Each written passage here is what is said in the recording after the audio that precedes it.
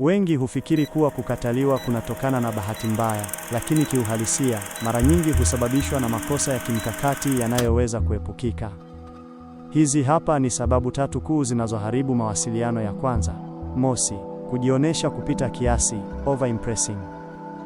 Unapojaribu sana kumshawishi mtu kuwa wewe ni bora kupitia maneno mengi ya kujisifu, saikolojia ya kibinadamu hutafsiri hilo kama ishara ya uhaba au kutokujiamini. Thamani ya kweli haijitangazi kwa maneno mengi, inaonekana kupitia utulivu na matendo yako. Pili, kutokuheshimu mipaka binafsi, ignoring boundaries. Kuingilia anga la mtu au kulazimisha mazungumzo wakati mwenzako haonyeshi ushirikiano huleta hisia za ukosefu wa usalama. Mawasiliano bora huanza kwa kusoma ishara za kimya na kutoa nafasi ya kutosha.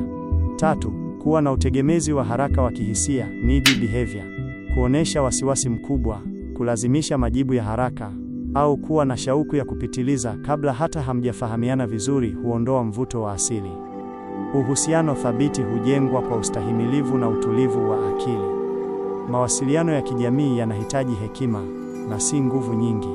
Kama uchambuzi huu umekupa maarifa mapya, bonyeza kitufe cha SUBSCCRIBE ili tuendelee kuchambua mbinu hizi kila wiki. Je, ungependa tuandae